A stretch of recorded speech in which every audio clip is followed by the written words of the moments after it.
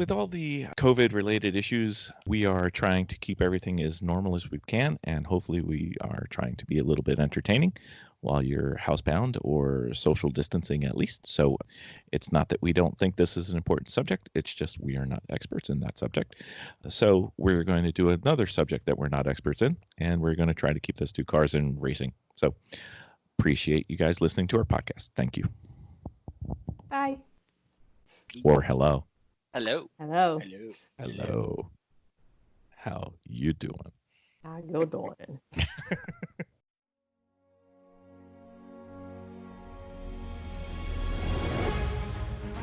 From the great halls of their house, there are assembled three who hope to one day be the world's greatest driving heroes. Created from the cosmic legends of the universe comes our team captain, the Vision, Bill Fisher. Their soon-to-be Wonder Woman, Vicky Fisher. And our Batman, the master of tools, gadgets, and all things mechanical, our mild-mannered soon-to-be millionaire, Alan Danvers. Their mission, to fight injustice, share what is right and wrong, to get you out of your house and come out racing with us, and serve all mankind. They are the Garage Heroes in Training Team. Welcome to the Garage Heroes in Training Podcast. I'm going to be your host for this episode, and my name is Bill. Who do we have? I'm Vicky. And I'm Alan. And we have a special guest for our 100th episode. We have Ross Bentley. Ross, welcome to the podcast.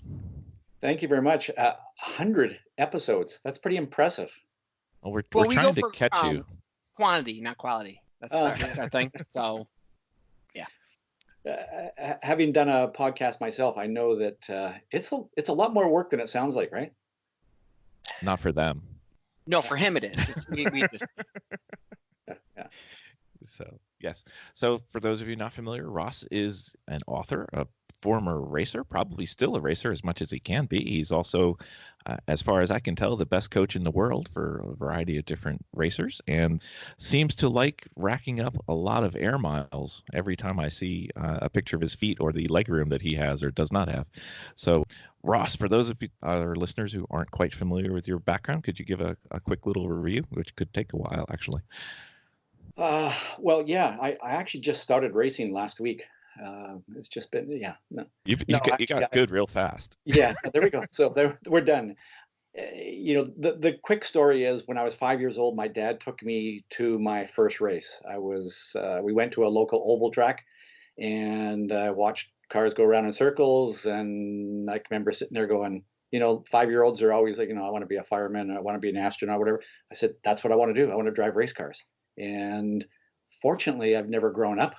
I'm still well done. like a 5-year-old who is doing this. So I've been extremely fortunate to be able to do what I do. And yeah, I worked my way up and I drove Indy cars and I drove an IMSA and, I don't, I hate to say I haven't officially retired. I will still, like, if somebody says, come and drive my car, I'll go and drive their car. All right, Ross, come and drive our car, please. Yeah. Okay. I'll be there.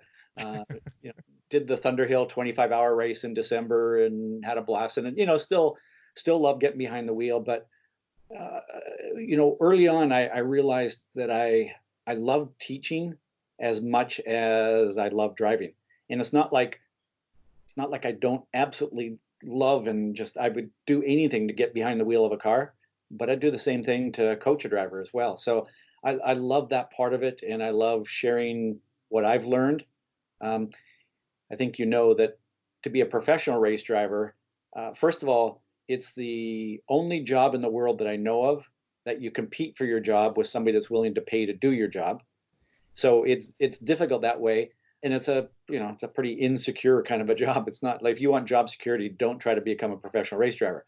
But to be a pro, you have to be pretty darn selfish. It's all about me. And it's all about me getting to that next level and things. And I loved working in that world for a while, but there was this side of me that's like, yeah, but I want to give what I've learned to other people as well. So I've been coaching drivers since, I like to say that I started instructing. In fact, I started instructing in 1980. It was the first time that I got in the right seat of a car and went around a racetrack with somebody. and I instructed, and still to this day will do that same thing. But in about the late 90s, mid to late 90s, I think I started to become a coach. And to me, there's a difference between instructing and coaching. And, so I started to become a coach, and then, started getting paid to go to racetracks and hang out with drivers and help them perform better. So I've been doing that ever since. And fortunately, almost stumbled into writing a book. And thank you for writing the book, by the way.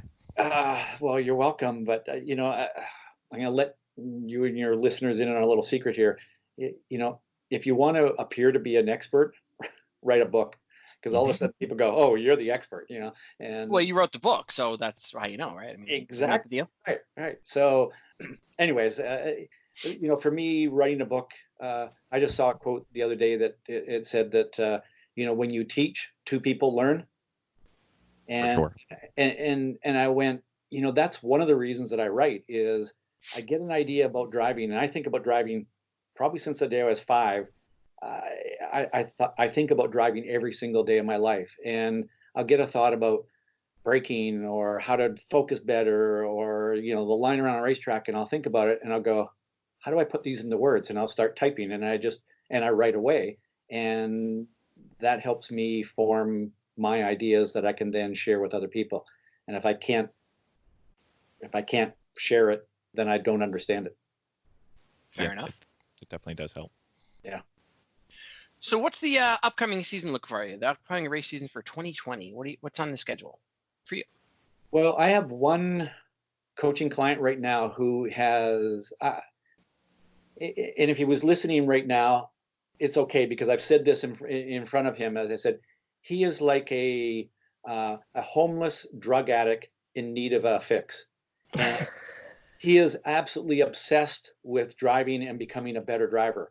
And I've worked with a lot of drivers through the years who say they want to be the best driver, but aren't really willing to do what it takes. Well, this driver is willing to do what it takes. And I'm at a racetrack with him, I'm going to say 3 weeks out of every month, and wow, 12 months a year with him. And so he's my primary focus. But in between that, I will fit in, one of the things I love doing is going into a car club, or another event, like going to the Saratoga Automobile Museum and doing a presentation for a group of drivers, or going to a BMW, a Porsche, an Audi club, or whatever, and doing kind of workshops for drivers and instructors. So I love doing that. So I have a few of those lined up for the year. Awesome. Yeah, just like I said, Bill, I'm on a plane practically every single week somewhere. It seems like it. Yeah. What are your thoughts on amateur racing currently? Like your biggest recent improvements, concerns? Actually, I think the fantastic thing is, I think what has been identified or called low budget endurance racing. Mm-hmm. Low budget is a relative term, right? It is relative. Sure. For sure. Yeah, and I think I guess Lemons and Chump Car kind of were the inventors of that, and then it sprouted off Lucky Dog, WRL, AER, some these series, which are, I guess, kind of different levels of low budget and expertise. I think that's been one of the best things that's ever happened to racing, because it's just made the sport that much more accessible. Mm-hmm. And a lot of drivers I will see in the HPDE and track day world, mm-hmm, and they will, they're like, I want to go half a second quicker. I want to go a second quicker. And I go do an endurance race. Yeah. Right? It will make you a faster. You will figure it out. You get stuck in a car for an hour, Yeah. You get stuck in that car for an hour. You're out there, and I don't know what percentage, but some small percentage of the time you're actually on the fast line. The rest of the time you're offline because you're in traffic, and you learn so much from that it makes you a better driver. And I just think that is one of the best things that I see about, I'll call it amateur grassroots club kind of racing is that whole world. It's just really it's made things way better. Well, Yeah, as for myself and my sister, to play off of that, it's actually getting us into the mechanic world now, when we are not afraid of a broken car anymore. We are actually able to go in and start solving problems and kind of know what those things are. So, as for the girls section, well, and I would say that that's another thing that I see as a real positive right now is how the sport, I think, is attracting all sorts of different people. And please don't take you and your sister as different, but more women. I think the generational kind of a thing is, there's been a big concern that the younger generation, they're not into cars, they're not into driving. I don't buy that. Nope, not one bit, because I see a lot of them out there. Yeah, exactly. I think that, if decades ago when I was young, when I was 16, there was some number, and let's just say there were 100,000 of us young kids that were car enthusiasts and driving enthusiasts. That same 100,000 exists today. Right. It's just that the next group beyond that, where there were, when I was 16, there were a bunch of people who were like, I'm not really into that, but it's okay. Well, those people aren't even driving anymore. So there's kind of a, that same 100,000 is there. The rest of them don't care at all. Right. That's okay. So I think our sport is actually, I think our sport is in a really healthy situation these days because of that. And I love the fact that there are more and more women, younger, older. I helped a guy last year, who had never been in a race car on a racetrack in his life, and he was 63 years old, and he was just starting the sport. And it's like, how cool is that, right? So. Yeah, my name was Bill.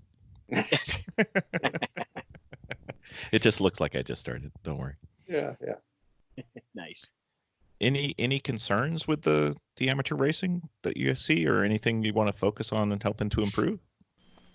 I guess the flip side is because it is more accessible. I went to a champ car race at Road Atlanta. I think that was maybe 3 years or so ago. And at the start of the race, somebody else was starting in the car that I was driving. And I went down into turn one and I stood there and I watched, and there were drivers that obviously had no concept of the line around a track or when to brake and when to accelerate. So I think the concern is it's become so accessible that somebody can just show up and go, oh, I can drive around a track. Here we go. And, it's not the safest sport out there. So I think that there is a responsibility that we have, the four of us. It's all of us, just us four. No, I think there's a responsibility that the four of us, and the stuff that you're doing, just getting the word out there about what happens. A little bit of education will help people be safer, and I think actually enjoy themselves. I'm pretty sure there were some of those people that were driving down the middle of the track who were terrified. Yeah. And I've been there. Just a tiny bit of education, they would have had it yet an even better time. And I think, so if there's a concern, maybe we've made it almost too easy. Yeah, we have ill prepared a couple of our drivers, and we are guilty. Right. But and that's one thing that we work on now is just, okay, before, we're going to get them on the track this season, is we're going to give them some basic education, on, okay, there is a line, watch some videos so you understand what that means. And just, I think that we're going to go ahead and put a race seat in one of our vehicles so we can actually kind of do some laps. And of course, track walks are always invaluable. Yeah, and there's so much information out there, and we all know that everything that's on the internet is real and accurate, right? Oh, I got to go add that I've won a race on my website. So, we do need to be a little bit picky about what we pay attention to online.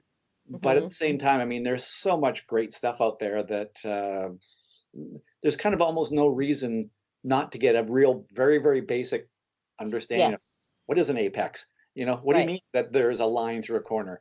Right. So some real basic stuff. I think that it's so easy to get that now. Why not? Mm-hmm. So yeah, sorry, Bill. The one thing I did was actually just some other cars apparently have in-car video. I was just watching some other cars video just to kind of see what lines people are taking, how they're driving, how often is he looking in his mirrors. Man, that guy's always checking. So that was, for me, that was very valuable just in seeing some of what's going to happen. It was specifically in our series, 24 Hours of Lemon, so I was seeing what those knuckleheads are doing. But that was helpful, just watching videos. No instruction necessarily, just watching what's going on, but just time in the zone, just seeing what could happen out there. And sorry, and I would say that when you are watching that, understand that you're watching the what. What is that person doing? Right. And the key there is to go, why are they doing that? Why are they driving that line? Why are they braking there? Why are they downshifting here? And just, as you watch it, go just one step beyond the what and ask yourself why, and try to understand the why behind it. And that will make a massive difference to how much fun you have, how fast you go, and how safe you are. I like it. Well, I've mentioned it off mic, and again, playing off this conversation that we're having, is that I didn't have my aha moment until I watched your video. Which video? Go ahead, you can explain which one it was. It was the Road Atlanta track walk video. Yes. Yeah. And in that, it was broken down in a very layman's term for me. And I had already done a season of racing by the time I had gotten that one, maybe even 2. No, that was your 4th race. One season. Okay, right. So, and I've done all the track walks for, as a group, and I had instructors that were out there and showing me, and and of course they kind of draw it, but it wasn't until I actually watched your video when the line was put on the track where I understood the importance of that line and actually see that through the entire track. And basically, to me, it just showed that basically you're trying to straighten out the track as much as possible. Yeah, and it's interesting, somebody else could look at that and go, that means nothing to me. Right. It has to click. For you, that was an aha moment. And, right. Certainly as a coach, it's something that you're always got to keep in the back of your mind is, there's a way in. You just gotta find your way in, right? Mm-hmm. The way in for you was you seeing that line. For somebody else, it might be, some other way in. The right words. It might be, physically feeling it, whatever. So I think that's those little tweaks to get it there. Yeah. Now you know what you're trying to achieve. Yeah. Now it's just making your vehicle and your body unafraid to make those decisions on the track. There was I can't remember where this was, but I was instructing a woman at I think it was a car club event. I can't remember exactly where it was. And the aha moment wasn't there yet. Mm-hmm. And she kind of struggled just a little bit with the line. And it was very, it was kind of like the, early on, drive from that cone to that cone to that cone. It was like connecting the dots. And we had a bit of a conversation and found out that she was an artist.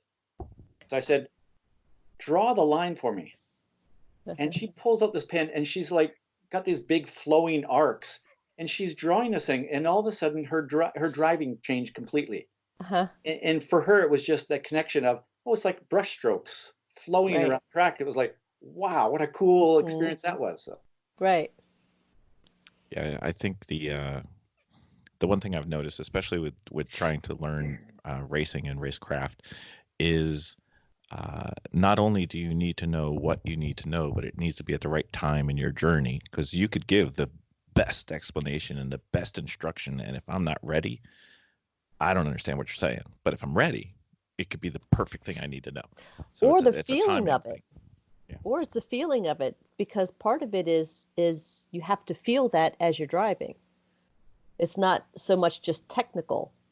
True. Yeah, absolutely. And Bill, you bring up the point of there is the driving fast part, and then there's racecraft.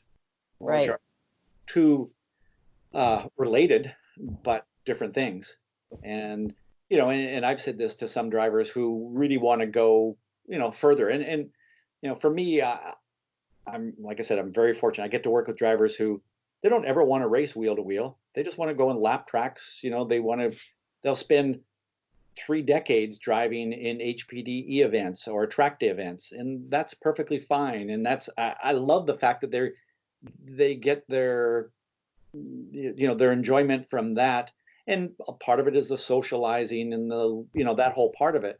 And other people that want to go wheel to wheel and but they're not going to make a career out of it. And then some that are like, I want to be a Formula One IndyCar driver, right? But there's, for racers, there's the learn to drive fast, then there's the learn to race, and then there's learn how to be a race driver. And learning how to be a race driver has as much to do with what you do outside of the car, the working with the team, understanding how to, you have X number of practice sessions and or time in a race over a weekend. How are you going to best use that? What's the strategy behind that? So there's so much more to that. And, Vicky, to your point about learning about the car, at some point, a race driver needs to have a certain level of understanding of what's going on with the car as well. So it's all of those things. Right. That's why this sport is so awesome, is because there is always more, and there's always more to learn. And that's what I'm finding as especially as me and my sister's a nurse, and that's her I could see her struggling a little bit with the courage part of it. And I sometimes struggle with the courage part of it. But you've also that's where knowledge comes in, and then pushing it just a little bit, So can you help me understand your understanding of that? Your additional knowledge makes you braver? It does. It makes me a little bit more comfortable because I end up, the experience that I have behind the wheel, the knowledge of what I need to do on the track, and then just practicing it, and sometimes just pushing it just a little bit outside of my comfort zone, knowing that I should trust the car, but not too much to where I don't have control. So I sometimes push those, I don't go all out. I don't go whatever they refer to as driving to the limit, because if I don't feel like I have control of the car, I may not have control of the car. Mm-hmm. So I would take those little risks periodically through the track when I'm able to. I'm like, okay, I did that once. Maybe it was a little bit by accident. I remember one of them was on Road Atlanta specifically, and it happened to be wet.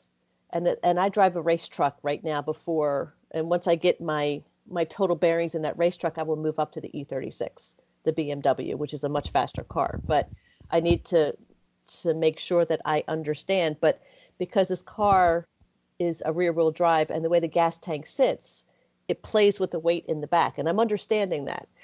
But there was one particular part where 10A, 10B. Right. My issue is the skid in the back end. I don't want it to skid so much, but I want to know that if I have that little bit of a skid in the back, that I can control that. It's not my goal. Now hold on, Vic. When you say skid, is this under braking or acceleration? Let me see. It's Ross, so this is it's a Chevy S10 with a mini spool in the back, so it's got a locked rear end, full lock. Mm-hmm. So any acceleration, any turning, what happens. Yeah. Right. Yeah. Right. So at one point, when I'm racing down the racetrack, and of course a deer runs across a racetrack, which is scary as anything. I didn't have to bleep you or anything there. That was nice. I know. Thank you. So the back end kind of slid a little bit because it was wet, but I quickly, it was a controlled slide. I had control of that slide. And they were saying when I was driving this truck that this truck will have a tendency to do that. It's not something you want to constantly practice with or have it, but it will have a tendency to do that. I did it by accident. I had full control of it. And I'm like, oh, that's another aha moment. Okay, so let me play with that a little bit and not be so afraid, because I do have control of that vehicle. In my training of controlling how to control a vehicle, controlling a vehicle, allowed that to happen. Now I'm a little bit more comfortable But actually our first trip out of the season is going to a skid pad now. So me and my sister and Bill are going to the skid pad so I can learn more car control. So first, fantastic, you're going to the skid pad. More drivers need to do that. Two things you said that were important to me was, at first you talked about the truck skidding. Then you talked about it sliding. Yeah. Okay. It was a slide. It wasn't a skid. It was a slide. That's my term. Remember that terminology at the beginning of the podcast? This is that right here. Welcome to Vicky's jargon. So it was a slide. It wasn't a skid. So sliding was okay, which means I wasn't accelerating. I was going uphill. So I wasn't decelerating. Slip angle was introduced into her car. But there's something about a skid that is scary. There's something about a slide which is not as scary. It was a slide. It was a slide on a turn, accelerating. One of the things that happens with all drivers, the very first time you're on track, you're kind of uncomfortable. And then eventually you get comfortable. And then you go through a period of time where you get to the point where you're comfortable being a little bit uncomfortable. Yes. And in fact, that's what gets us to come back. It's exciting. Uncomfortable. Like, no, if you're like totally uncomfortable, that's scary. And that's when you start to kind of panic, freeze up, tighten up. And you don't want that. You want to get to the point where, I mean, if you watch, do you think somebody that does drifting or drives, does rally where they're sliding through the dirt, do you think if they got into a little slide on a racetrack, they would tense up? No, they're going to go, woohoo, this is fun. Yeah. And you want to get to that point. And obviously that's one of the big benefits of spending any time on a skid pad. And I love the fact that you were driving Road Atlanta in the rain, because we should all drive in the rain. More so, in fact, if it was up to me, we would put sprinklers in on every racetrack in the world, and we would always drive on a wet track. Right. It was a lot of fun. I'm going to make turn one. Turn one's my nemesis. I can't seem to, I don't know. All of them. Just turn one is just always the issue. Yeah. So, okay, I have another question. Can we discuss what driving at the limit means exactly, especially for our audience who's never done so? Ooh. No pressure. And you do have like 6 hours for me to answer this, right? we have lots of tape in the computer, so we're good. Okay. Tape, what is that? Anyways, so what is driving at the limit? So, every tire individually has a certain maximum level of grip. Okay. So, as you're going around a corner, it's going to have a certain level of grip. The interesting thing about the way tires work is they actually have to slip a little bit for them to generate maximum grip. And it has to do with the way the rubber and the surface of the track interact and the way the rubber twists and all that kind of stuff. We don't need to know that. As drivers, all we need to know is that a little bit of slip actually generates more grip. And kind of at a gut level, we probably all know that, right? We all know that to some extent, that the thing just, if it's sliding just a tiny bit. Now, if it slides too much, we're starting to lose grip. So each tire has that. Well, we have 4 tires on cars. And we can change by the way we drive the car with what we do with the controls. We can change which tire has more grip, which tire has less grip. And in doing that, we might control how much slip how much slip the rear tires have versus how much slip the front tires have, or vice versa. And we also are playing with the load of the car. And, when we brake, more load goes on those front tires. We put more weight on, they gain grip. We accelerate, we put more weight on the rear tires, they gain grip. We go around a corner, the weight transfers to the outside, they gain more grip. The interesting thing is that when we put more load, going around a left-hand corner, for example, we go around a left-hand corner, the load leans out to the right-hand side. We put more weight on those outside tires, they gain grip. But the inside tires are losing grip.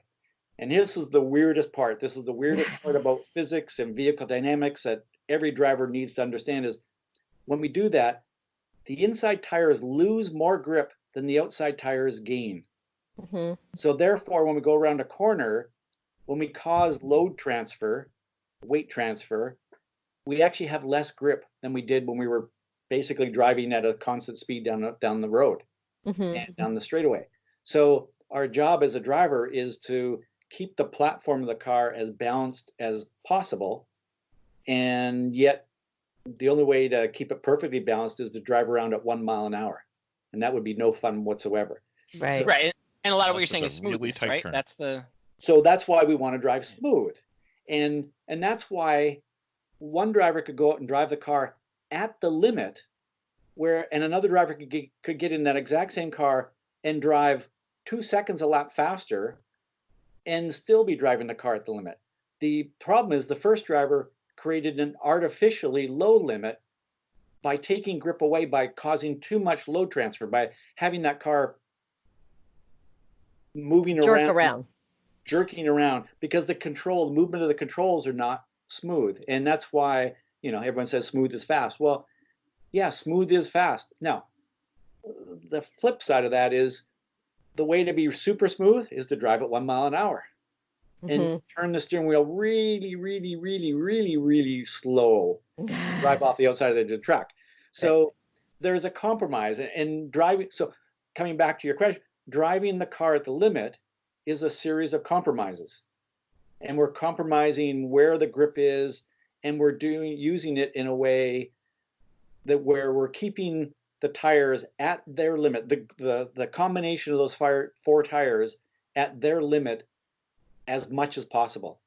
And the best drivers keep it there almost all the time.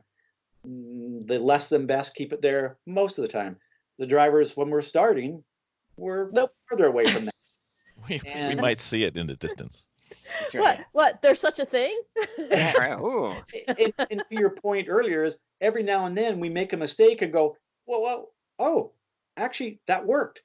And we learn a lot from those mistakes. I've changed the word mistakes to learning takes. Yep. They're just, like you do something, you think it's a mistake and you go, yeah, but what did I learn from that? I learned that the car actually had more grip there, or it slid and I controlled it. And I think one of the things that happens, and sorry if I'm rambling on from your one single question, we're loving this. But I think that, some drivers will make a mistake and they think, oh, I failed. Other drivers will go, I made a mistake and I learned something from it and I'm going to use that. Right. And the best driver, Lewis Hamilton, Jimmy Johnson, Scott Dixon, pick your favorite driver in whatever form of motorsport you like the most. And you think, oh, those drivers, they're perfect. No, they're not. They're constantly making mistakes. It's just they recognize them very soon and they adjust for them and they don't worry about it actually. I think one of the great things about our sport is we learn that, don't worry about that mistake, just move on. You can't do anything. By the time you've made the mistake, you can't go back and fix it on the track. No, right. You can maybe deal with it the next lap, but right now, just focus on the next one. And it's great because when you're done, you realize that, I know for me that at the end of a lap, before I start the next one, I know what I did wrong. And I go back in and I try to do it a little better each time. I'm like, I could have done in this turn, and this turn, and this turn, this happened. Let me go try to approach that differently. Fantastic. I'm going to flip that also around. Do you also know what you did right? Yes. Nope. Well, no. I do know when I do a lap right. Not perfect, obviously, but because sometimes when I do are you laughing at me? I'm quite laughing at you. Okay. Because for me, I try to drive smooth because I'm understanding that, smooth is faster for me and not so jerky and not, trying to push the car and, and hitting it right before you make your turn. But when I can feel when I have a successful track in my own learning curve, but I also can sense when I've done something wrong, when I've approached that turn wrong. Yeah, it doesn't feel right. It feels jerky. It feels janky, Yeah. And that's like the 20% of the time you actually go through a turn without people on either side, right? That's the other. Right. That's the other side of it. Right. Well, that's the whole racecraft thing too, right? But it's also because I've been doing the HPDEs and they're teaching me at the same time, and I watch how they do it, and I can feel the sense of how the car is supposed to feel when I'm in it. And then you get to the Lemons to race, and you're like, why are you people not on the line? Oh my gosh, I get so angry after HPD and I go into Lemons. I'm just like, what? They're not on the line. What the heck? I don't even want the line, and you're not using it. Yeah, and one of the things that I see a lot of drivers, if I'm gonna use the word mistake, one of the mistakes that I hear that I see drivers making is they get so caught up in the, oh, I made that mistake, I made that mistake, I got to do that better, I got to do that better, I got to do that better. And if they actually at times kind of flip that around and said, what am I doing right? And you know what? I'm going to go do that right more often. Right. You get to the point where you're doing so much right that you don't have time to do it wrong anymore. So do you think about it. Yeah. Do you feel that is people trying to turn the track into something more technical than it needs to be? Very often, that is. One of the things that I love about the sport too is, our personality or behavioral traits come in. Right. If somebody's a very logical, analytical, thinking kind of person, that's how they want to approach their driving. The artists that I mentioned earlier started brush strokes and flowing and, creative and so we look at things that way. And right. And you put yourself in a racing situation. Some people are so competitive that they get more focused on what other drivers are doing and not enough on what they are doing. And right. Then we get have you seen us racing? Yeah, he's been watching us, even though we don't have videos. Yeah. So we've all been there. Yeah, you were describing our team at one point. Right, and it's so much fun to see that and to work with that.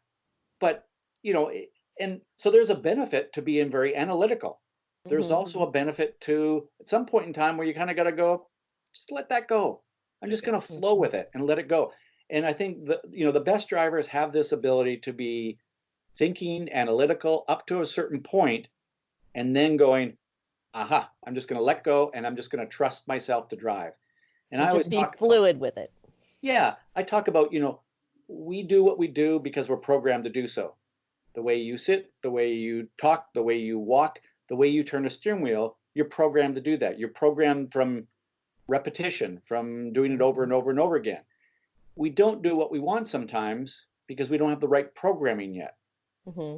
But eventually we get to the point with our driving where we are programmed, and we get to the point where we need to trust that programming. And there are some people who can't trust themselves. Mm-hmm. They're constantly questioning themselves and overthinking what they're doing. And at some point in time, you've got to go, you know what? I programmed myself to turn the steering wheel at the right place at the right time in the right way here. And now I'm just going to trust myself to do it. And that's when the magic happens in a car. And I think, we all smile when we even think about that, right? That whole, yes. Absolutely. Fantastic. Like, what an awesome feeling. Like, there is nothing better in the world than that feeling of the car just, I always say it's dancing with the car. It's car dancing. Right. Yeah. And it's just, and by the way, you don't need to be driving at 10 tenths to experience that. You can easily be driving at 8 tenths or maybe 7 tenths and experience that same kind of feeling. It just heightens it a little bit the closer you get to the limit. If you're constantly over that 10 tenths, that limit, it gets a bit ragged and you're probably not feeling that same thrill. And it's not sustainable. And it's probably going to be inconsistent, and every now and then it's going to cost you some money. So Ross, we're talking about different mistakes, and not everyone on our team does these things, but I'm sure somebody listening somewhere may have some issues. This is only for our listeners, yes. Just for us, yeah. We're trying to help other people out.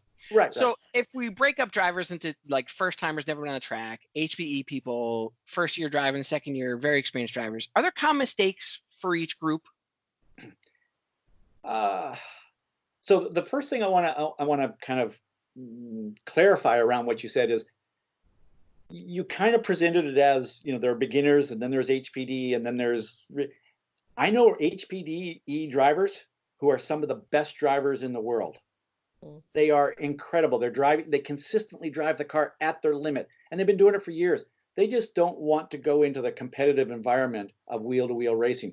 So when I talk about HPDE and track day drivers, I don't put them as necessarily a lower level. They could be less experienced, but I know some racers who are less experienced and less capable than some more experienced HPDE drivers. Okay.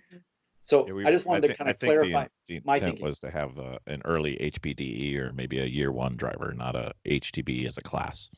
Yeah.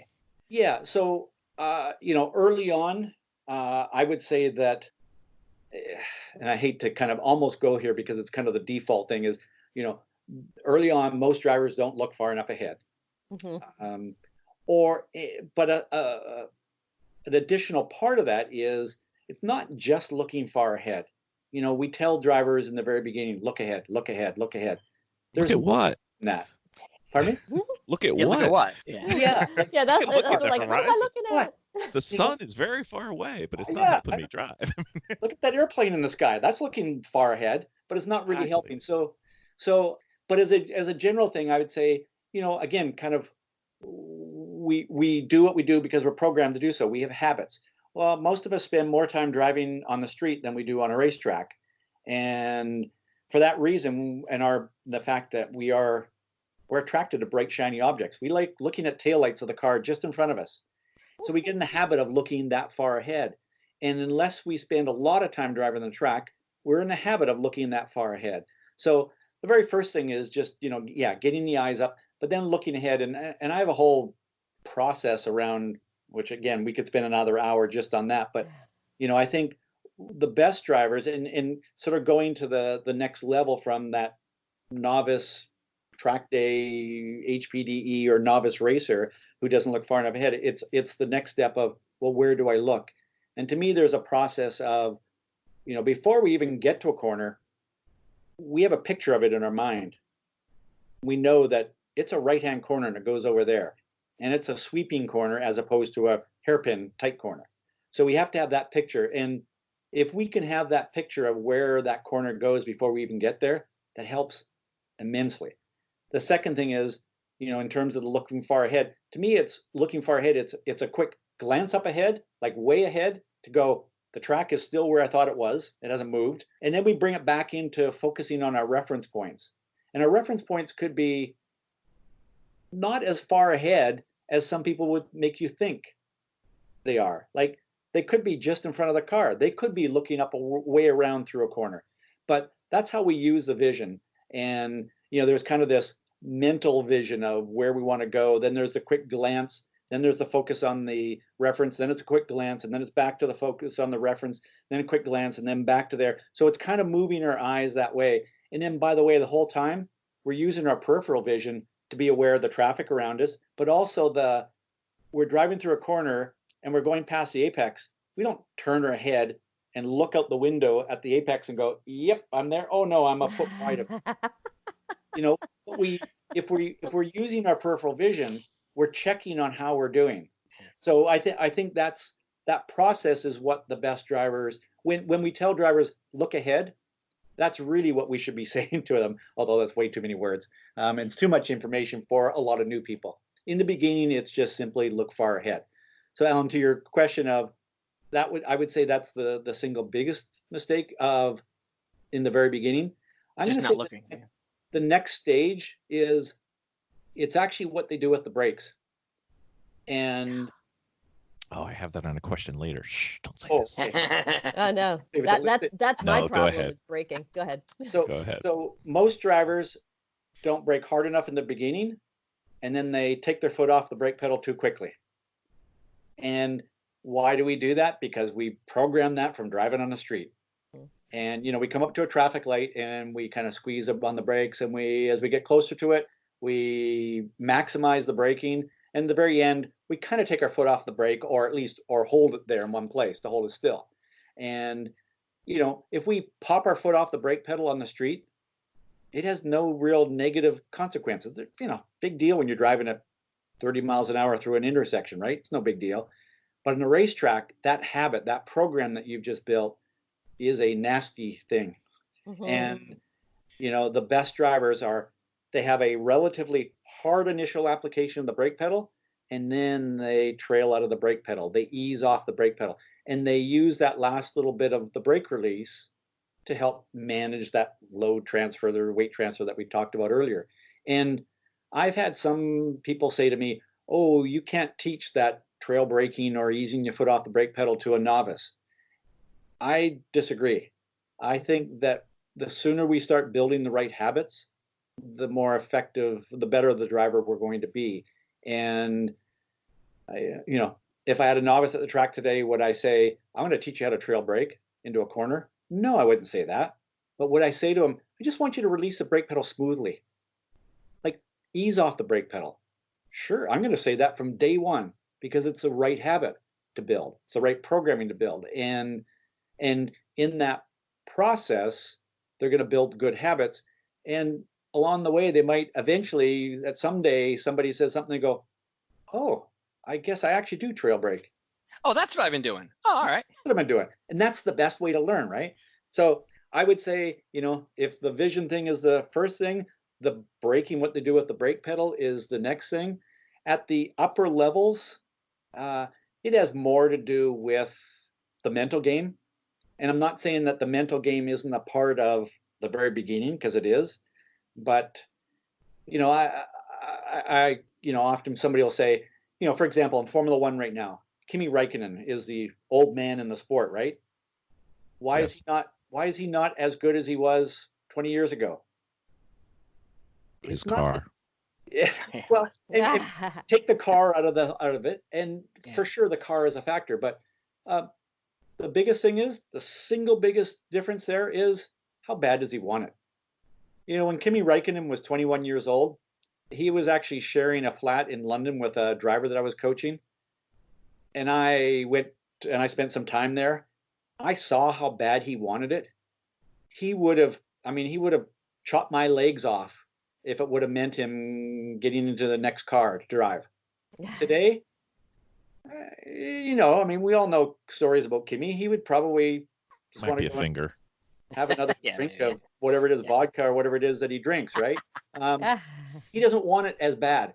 And at that level, that level of how bad do you want it makes the difference of hundredths of a second and in a couple of corners. And that's the difference in Formula One. Right. So I don't know if I answered.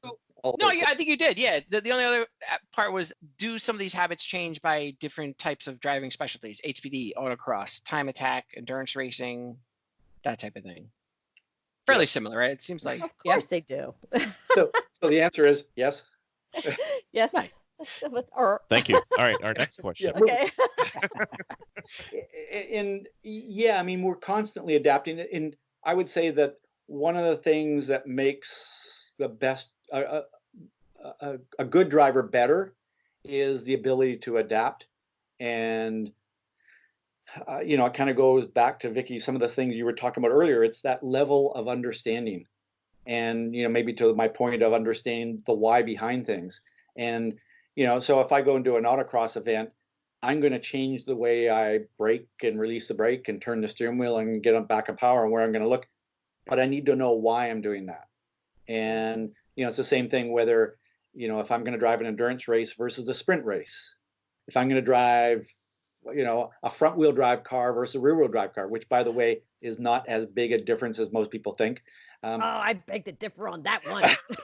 Well, let's talk about that one. We will be talking about that one. It's coming. Don't worry. She's not letting you go without talking about that one. Cool. Awesome. So I think, Alan, to your point is, there are differences, but at the end of the day, we have essentially two pedals and a steering wheel to work with. And, the basics of what you do with that is pretty much the same. And it's just a matter of how you're going to apply those things. It's not like, now I'm driving an all-wheel drive car, I need to turn the steering wheel with my kneecap. No, you do the same basic stuff. It's just a matter of managing that weight and load transfer and where you're looking and things. So awesome. Yeah. So I guess the tone of that question came from, we tend to approach this, we're aspiring garage heroes, but we're definitely the in training part of our name. Mm-hmm. And I think what I philosophically did with this is, for the team, I've kind of prescribed like a cross training aspect to our racing. So we try and get as many different types of racing, because I think some will help us in different areas, and hopefully we're trying to all get to be just better, because I think most of our team has lost their F1 chance, although the scouts are at our races. But Yeah. I think we've lost that ability, basically, because I'm 2 F1 racers in mass. So I don't think I'm quite going to make He's it. an Double your F2 pleasure. I am. Yes, I'm Don't give up yet. Don't give up. I just need twice the horsepower. But we were thinking, like, the autocross will teach you this little aspect, and the endurance racing will teach you this, and the HPD will teach you this. And one thing we found out was, when we did this, we went to the Evo school for an autocross training, and our son, who's on our team as well, he decided he was going to race the endurance race like he was racing at the autocross race. That didn't go well for our car. So first went of through all, a little bit of breaks. yeah, I mean, I'm a huge fan of cross training. Okay, so the fellow that I mentioned, he's a gentleman driver, and he's said to me, "I want to be the best gentleman driver in the world." So that pretty much awesome points to aspiration. sports car racing, and probably prototype sports car racing, right? So last year, he drove a Radical, a Formula 4, so open wheel car. He drove prepped E92 M3 in WRL races. He drove MX5 Spec Miatas. Yep. An LMP3 car. I'm sure he did go-karts. GTR. We have not been in a go-kart yet.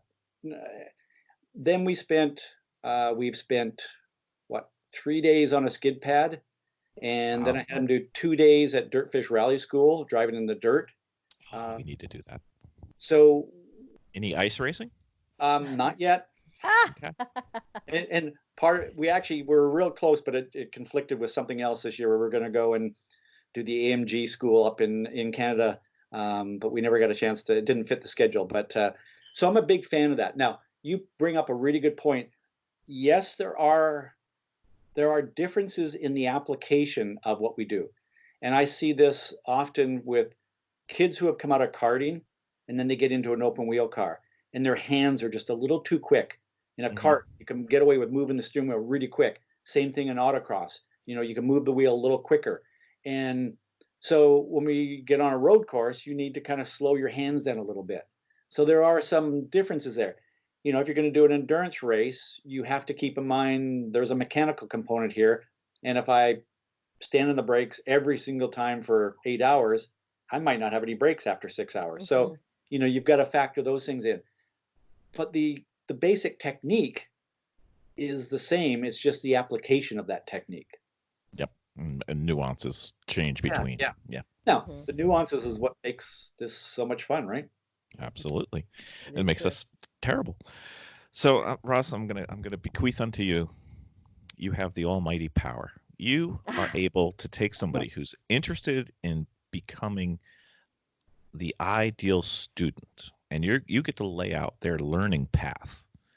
What would you want them to approach and get up to? Let's say they're trying to be a good to very good amateur racing driver. Okay. No pressure. They're not. This is not like they're trying to become a Formula One driver. No. Okay. Because they're going to get the individual coaching. I think they're taken care of. I don't think our listeners are. I mean, Mr. Hamilton, you can turn this part off. It doesn't address you. But I think we address a different audience, perhaps. Perfect. I hate talking to Lewis anyway. So, so I would say the very first thing is gain as much knowledge as you can prior to us even beginning. So that would be the first thing, and believe me, I'm not saying this to. I'll say it. Read Speed Secret books. But pick up a book and read it. Now, I know I've had people say, I've got your book, but I'm just not a reader, which to me is like saying, I'm a person, but I'm just not much of a breather. I would recommend and request an audiobook. Yeah, well, I've requested that of the publisher, and they're like, 4 people aren't going to buy it, or isn't enough. Anyways, So our whole team will buy it, so you got at least 20. ooh, there we go. Okay. I don't know So if that's I would say critical mass, the but very first thing though is just simply gain as much knowledge as possible. Read some books, and I don't care whose, but just read as much as you can. I would say then we can gain so much knowledge online through videos. Again, understand that there are. I've seen videos on YouTube that I would go, don't watch that ever again. So be a little selective about that, because anybody can post anything on YouTube. But I would say, that would be the first step, is just gain as much knowledge as possible. The Okay. second thing would be then gain as much varied experience. Now, maybe in the very, very beginning, stick to one path for a little while. Like, if your goal is to be the best endurance racer, go through one of the professional racing schools, or go through a good HPDE program, and understand that some are better than others because of their, I'm going to say, their culture and their focus. There are some programs, track day kind of programs, that are just about, let's just get out here and drive as fast as we can and show off here. That's not a good educational environment. So find one where you're going to get good education. I would then say work with an instructor and a coach at some point to fine tune your skills as much as possible. Would that be just for driving or for data or both? Yes. Okay. So at some point, we then start to incorporate self-coaching and self-development. And data and video is a great tool for that. But there are some very simple ones. There are some that are even more simple than that. The basic paper track map and making notes, making that a routine after every time you're on the track. You will learn how to drive faster sooner if you just do that kind of proper debrief thing. And at some point in here, it's going to depend on where you are in your progress and things. But I'm going to say that at some point in there, then certainly introduce the cross training that you talked about. I think that's a really important part of it. And obviously, I strongly support and say that having somebody that's going to focus on your education and development, and education is more than just book smarts. I heard this, and I've shared this with other instructors, and I hope your listeners will enjoy this. But the difference between education and training, you know what the difference is there? No. So, do you have a daughter? Yeah. Yes. Do you want your daughter to go to sex education class or sex training class? That's the difference between education and training. Okie dokie. Okay. So understand that education will take you so far, but then you need the training. And training is a whole other, just simply going out there and doing the same thing over and over again isn't necessarily the right way to be trained. And that's where having somebody who can oversee your training will help you go farther, further, sooner, in less time, in a more efficient way. I know some people who are like, look, I don't have a lot of budget. That's fine. You can do a lot without a lot of budget. I see drivers who just like, well, I just need more seat time. No, you don't. You need more of the right kind of seat time. And practicing in a very inefficient way isn't going to help you an awful lot. So I think that's part of it. And I think there's another part of it, which is the whole mental game is a critical component that is underutilized. And, when you say the mental game, people usually go, well, what does that mean? Well, there's a lot to it, but part of it is just as simple as there's an awful lot of learning and development that you can do through the use of mental imagery, or what people usually call visualization. And, learning how to visualize a track with not just the visual part of it, but, the kinesthetic, the feel, moving your hands and feet and imagining the sound. There's an awful lot of skill development that can happen away from the track doing that.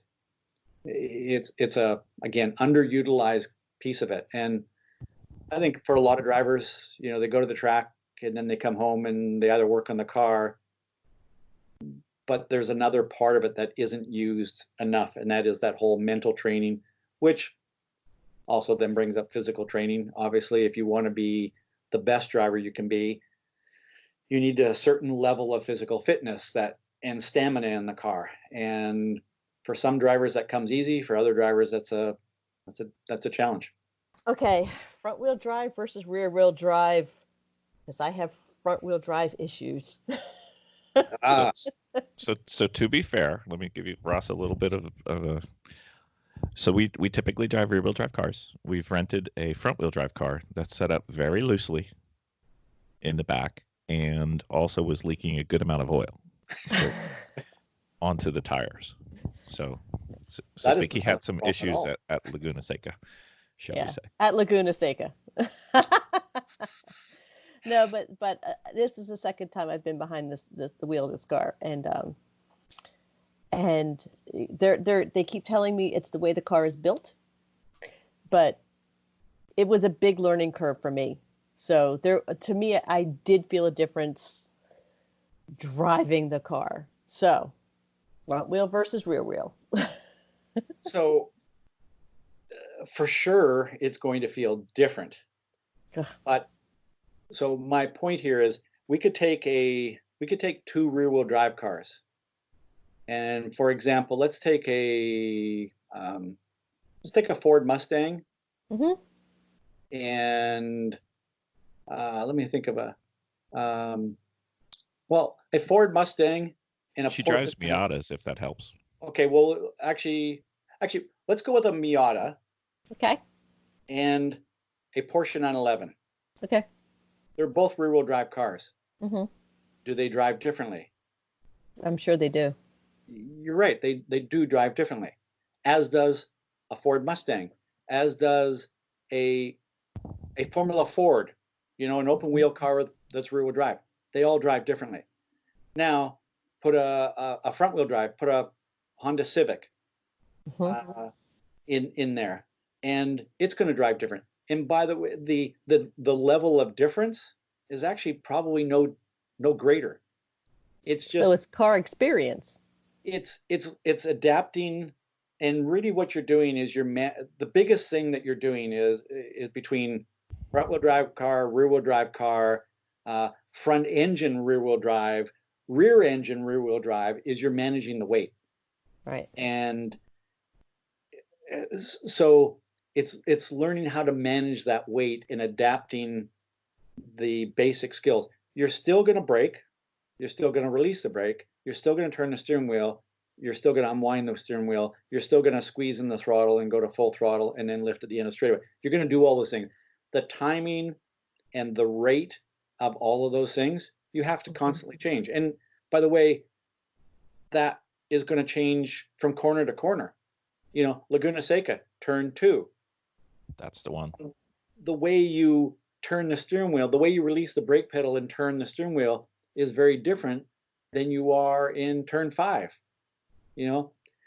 Turn 2, it's kind of downhill. In the braking zone, it's a double apex kind of a corner. You're slow off the brakes. You get the car to rotate, and then you can squeeze back into power. Turn 5, you come in, you turn in. You might trail in just a tiny little bit, but then you come off the brakes and just haul ass into the corner because you've got this big hill at the apex that's going to catch the car, and you're just going to drive it into the hill. And that's going to change whether you're driving a front wheel drive car, a rear wheel drive car, a front engine rear wheel drive car, a rear engine rear wheel drive car, a mid engine rear wheel drive car. They all change. So physics doesn't care. Now, when you go back to feeding in the throttle, you have to understand that those front tires in a front wheel drive car are doing two things. They're steering and they're accelerating. So, again, you are using up the tire's traction, and it's easy to overpower those front tires on acceleration out of a corner. But it's a little bit like entering a corner in a rear wheel drive car and braking and turning into the corner too much. You can still overload those front tires as well. People say, I turn into the corner and the car understeers. I should trail brake more. Possibly, because you want to load the front tires more. Possibly. But maybe what you want to do is actually come off the brake pedal to give some of the grip back to those front tires that you're using up for braking. So it's understanding the physics of the car. Yeah, if it was easy, this sport would be really boring. It wouldn't be as exciting. It would not be as exciting. So now, if you told me that this front wheel drive car, I just, I turn in and the back end comes around because it's super loose, I'd say, is it leaking oil in the rear tires? Nope. Maybe Nope, the front tires had the oil. Maybe you need to work on the setup of the car a little bit. But the basics of how you drive a car doesn't care. The physics doesn't care. Mm-hmm. You happened to pick turn 2, which was her nemesis in this car. So okay. I've never heard of anybody else in the world ever having a problem with turn 2 at Laguna. You're the only one. Yep, I know. And by the way, that's sarcasm. By the way. She liked going off to the left after turn 2. So. Yeah. All right. So I'm torn. I've got 2 questions, and I'm going to go with. I can go with friction circle, but I'm going to go with another one because everybody talks about friction circle. It seems as I've digested most of your information, every one of your podcasts, lots of trap maps, lots of your. I did your 2 how to driving 101 and 201. Okay. It seems like you're more concerned. I don't know if this is accurate. More concerned with the brake release point on the track as opposed to going into the turn as far as possible before hitting the brake. And everybody seems to talk, at least in the paddocks where we're at, is like, oh, I took it all the way into to 2, or I took it to 1.5, and I don't quite see the fascination with how far I can go before I hit the brake. And I think I understand why you say this, but I just thought for some of our listeners who may not have heard about it or may not understand it, because sometimes it just doesn't click, if we could just discuss that for just a little bit. Yes, for sure. That whole braking and brake release, often somebody will say, what is it that the greatest drivers in the world do differently than everybody else? They pretty much drive the same line. They pretty much start braking where everybody else does. They pretty much start to get on the throttle and accelerate out of the corner about the same as everybody else. The difference between the greatest drivers and the less than greatest drivers is actually how they release the brake pedal, when and where, and the rate of doing that. It's the timing and rate of release of the brakes. So, the thing that I realized a few years ago now is, and it started like many, many years ago when I was first starting racing. People with the same kind of paddock talk was, I brake at the 3 marker. Oh, I brake at the 2.5 marker. The very first thing I realized is when one driver says I brake at the 3 and the other driver says I brake at the 2.5 marker, they could very well be braking at the exact same place, but it's the perception of where they're doing it. Some are like, I see the 2.5, and the other is the 2.5 is going past me right now. Right. So some of it is that. Some of it is just pure ego, bragging. But the bigger part is, what I realized is the drivers that could tell me exactly where they began braking, I call it the begin of braking, B-O-B, otherwise known as Bob, where if they could tell me where they begin braking, they were, they could be relatively fast. But when I asked drivers, where do you brake for so-and-so corner? And they said, well, just when it feels right, when it looks right. And I started to realize there was a trend. They were the very, very fastest drivers. And what I realized the fastest drivers do is they focus into the corner, and they focus not specifically on that little crack in the pavement or that mark on the pavement or whatever, but they're focusing on the end of braking, the EOB, as I call it. So they focus on that, and they judge their braking off of where they're going to come off the brakes, where they're going to finish braking. And I think about it as, if I was standing behind your car, where does the brake lights go out? That's right. The end of braking. And what that does, when you think about it, well, first of all, if you're driving down the highway and there's a traffic light up ahead, you don't look to the side of the road for the 3 marker to say, I need to start to brake now. You look up to where you're going to end your braking, and you judge your braking off of that. But for some reason, when we get on the track and we get overly focused on that begin a braking point, and if you think about the vision thing we talked about earlier, if you're looking at the where I'm going to begin braking, your eyes are not into the corner where they need to be. And if you look for the end of braking point, you're going to judge your braking, and you might have got a better exit out of the previous corner, or you might have got held up by traffic. And so your speed at the beginning of braking point, it could easily be 5 miles an hour difference, right? Well, why would you not adjust where you're going to start to brake? If you focus in on the end of braking point, you can then adjust your where you're going to begin braking.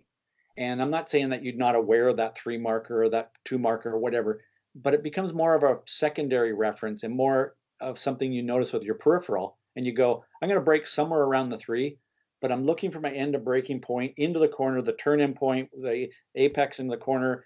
I'm kind of looking in that area and going, I'm going to finish my braking now there, so I need to start to brake now this hard.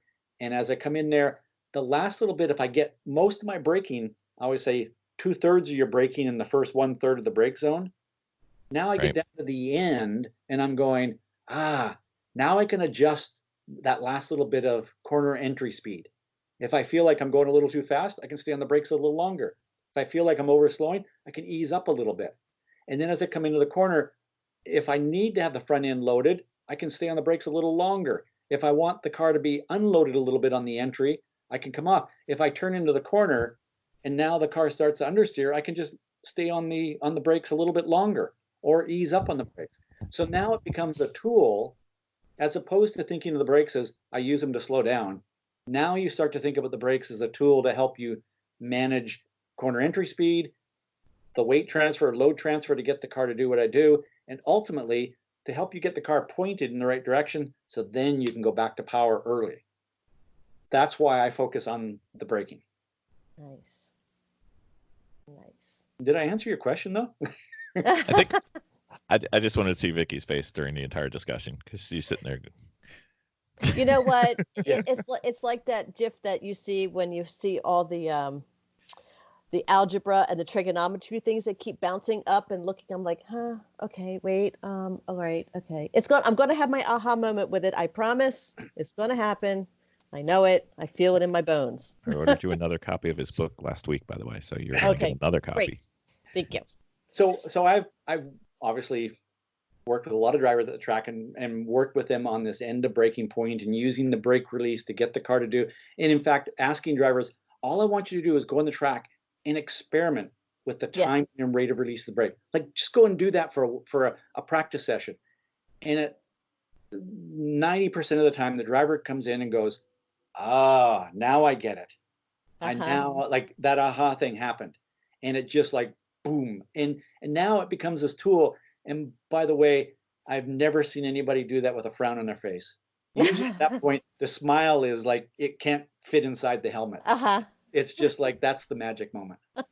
So I'm gonna cross train a bit here. So if you're learning how to golf, usually they'll say it's a tempo thing, and on your backswing it's a 1-2, and then your downswing's a 1.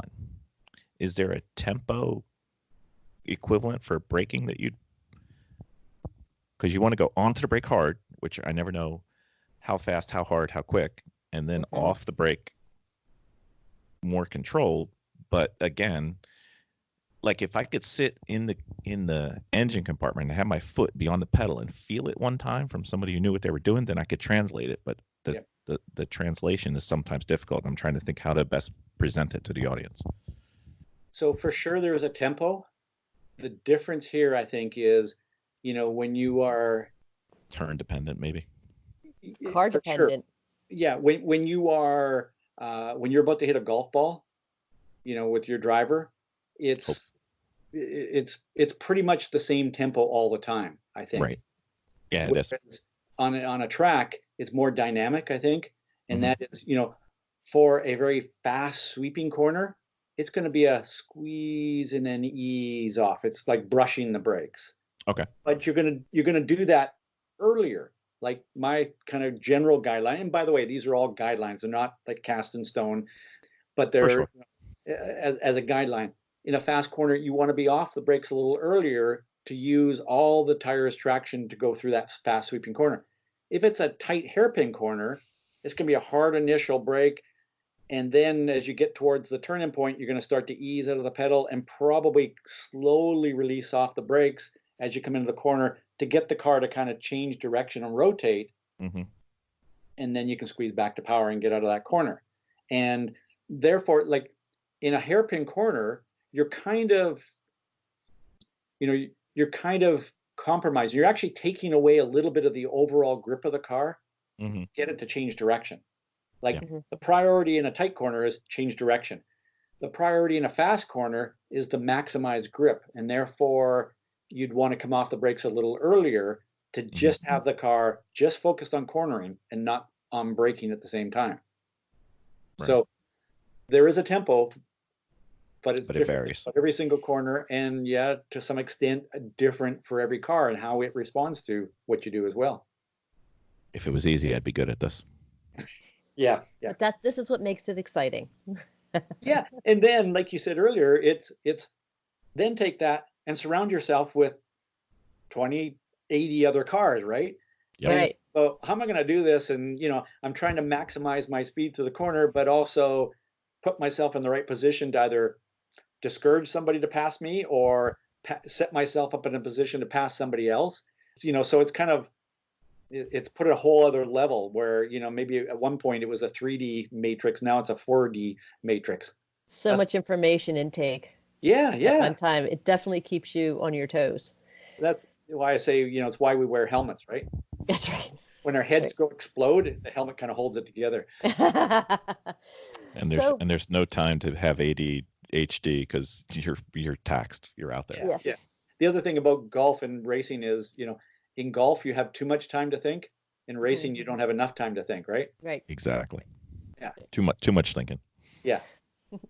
So Ross, this is going to be a fun section. We're going to do a segment on getting to know Ross. Yes, we Okay. are.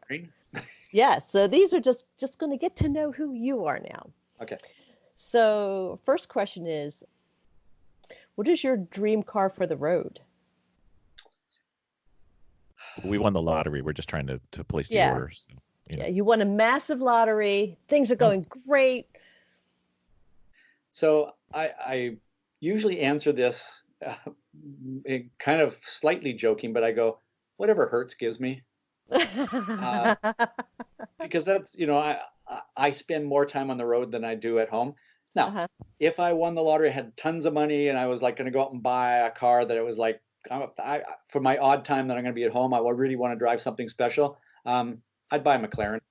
And there's something cool about McLarens.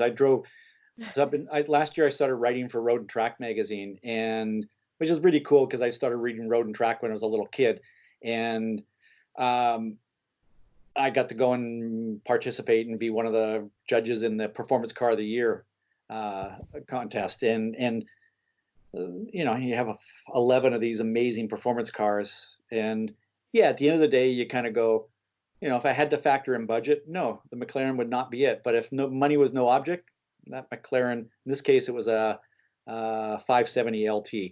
But it is your dream car. Every McLaren is, your dream ride. Yeah. Yep. So while we're on the P-Cody, I have a question for later on. I missed the issue. I thought I had the subscription in time to get it, and it kicked in the issue after. So by the time I knew I didn't get it, I missed it. I need to know about your minivan contest. So that was the highlight of this thing. So we're there at Thunderhill for a few days. And at one point, Travis, the editor, comes up and he goes, every year we have these minivans around here that we use for utility, for moving cameras and stuff and everything. And we've always joked about this, and we're doing it this year. This year, it's the performance van of the year. And you've been nominated to drive. So you get one lap in each of these 3 minivans that were there. And so we had a Chrysler Caravan, I think it was. Pacifica, maybe? Pacifica, which was a hybrid, and then the Toyota Sienna. And so, of course, I get in there, and they put in the Black Sabbath music. and crank it on full blast. And now I go out and do a lap at Thunder Hill in this thing. And to me, there is nothing more fun than driving a car on a track that was never meant to be driven on a track. Because kind of the point earlier of, when I was driving that McLaren, the limits are so high and the consequences are so high that, you always feel like you got to drive with that tiny, tiny little margin. In a minivan, I overdrove all three of them. And, so the idea was kind of like, my first out lap, I'm overdriving it in every single corner. And then on my fast lap thinking, okay, now I'm just going to dial it back to where that limit was. And yeah, sometimes I still overdrove because they're easy to do that. But it was just a hoot because you're bouncing these things over the curb and the tires are in the air, and it's just an absolute blast to do. I came home and my wife said, "How was that?" And I said, "Oh, it was fantastic. Road track guys are awesome. The cars were amazing." But I had the most fun driving 3 minivans. I was like, what's wrong with me? You just like cars. I just love driving. So to follow up on the minivan before I let it go, we're thinking about making a minivan race car for a certain theme that we have coming up. So which one do we want to make into the race car? Well, out of those 3, I will say that the fastest lap by, I think, 0.2 of a second was turned in the Chrysler Caravan. The Pacifica was just a big, heavy lump. Yep. The Toyota Sienna, within like 3 corners, I went, "Oh, this is going to destroy everybody else." The problem was because I'd turn off the stability control, but I'd get through like 2 corners and it would turn itself back on again. And it would take me a corner or 2 to turn it back off again. And then it would turn itself back on. So I spent the entire fast lap turning it off each time. If I could have defeated it, figured out how to, and obviously if we'd spent more time, but every the car that was taking out of this was taking time away from what we were supposed to be doing. And so anyways, if I could have defeated the stability control on that Sienna, it by far would have dominated the class. So yeah. Okay. Yeah. All right. So this is remember we talked about this. We were going to talk about this later. Yeah. So you have now you are taking control of your life in a video game mode. And in video games, I don't know if you play anymore, driving games, you can change cars. So what 1 or 2 cars come to mind that you would have swapped into, that you raced against, that you really said, "Oh, I want that seat"? Well, when I was racing Indy cars, any car I was driving for Dale Coyne Racing. That at the time, Dale Coyne Racing had today in IndyCar racing, Dale Coyne Racing has one of the smaller budgets in the series, but at that time it was dramatically less than anybody else did. So if I could have changed at that time, and if I sat down in a sim and was going to drive Indy cars today, I would just go and say, I just want the Penske. I want the Penske team's Indy car because I know it's going to be better than everybody else's. I don't know if that answers your question really, but so you would have switched to the Penske car and they would have switched into your car, and you would have been quite happy for that particular race. Yeah, because it would have made a difference. Yeah. Okay. Yeah. See, I can't ask that of any current drivers because that gets them in trouble with sponsors and everything. Right. Yeah. So in your entire driving history, from the time you were 16 years old and on, what was that one car that got away? I had a Lotus Elan, a 1969 Lotus Elan. Ooh. And it was just the most beautiful car that handled so incredibly well. And I learned more about driving in the year and a half that I owned that car than probably in it. I actually at that time I actually had a job, which was pretty weird. But I would come home and I would get in that car and I would just go and drive every night. I'd go and drive 3 or 4 hours. I'd just go and find some twisty roads, and I just practice my up and down gear changes to the point where, like, heel and toe, if I could ever feel a downshift, that was something I needed to improve. So I'd spend hours and hours and hours and hours. Now, on the flip side of that is I also spent hours and hours and hours fixing it because it was a Lotus Elan. Yeah. So it eventually, it was a choice between I'm going racing or I'm going to own a really cool sports car for the road. And that was a no-brainer for me. Racing's way more important. So Right. would I love to have a 1969 Lotus Elan again? Yeah, I would. It'd be pretty cool. Do I miss the laying underneath it on the side of the road? No, I don't. No. Okay, so for the multi-billionaires that are listening to our podcast, Ross's order was for a McLaren, maybe an LT or a 720, and a Lotus Elan. So okay, that's all. Just trying to make sure. And we'll just send it to garageheroesintraining@gmail.com, and we'll put you in contact with Ross, and he'll take I thought delivery. you were saying send the cars to you, and you would let me know when they arrived. Oh no. Later. Nope, these are your cars. I can't Okay. do that to you, sir. Oh, so this is a good question. What is the one thing that no one knows about you that would surprise them? That they don't know. So the problem with that is my life is fairly public. Just so actually that is the one thing. I mean, the one thing that most people don't know about me is because I'll go to an event and I'll speak in front of a group of 150 people or whatever, and I do all these things and I'm kind of out there in a lot of public things. I am probably the most introverted person you will ever meet in your life. And if I could live, please don't take this the wrong way, anybody, but if I could live the rest of my life never having to interact with another single person, I would be okay. You could go off into the country and have a couple animals, a couple dogs, you'd be good. Yeah. And so with the Lotus and a McLaren. Yeah, exactly. Me and my car. So forget good for you. I absolutely love when I get out there and I get to share what I've learned with people. But I also, at the end of the day, I love, if I'm off at an event or something, I love it when I get back to my hotel room and close the door and go, by myself again. Yeah.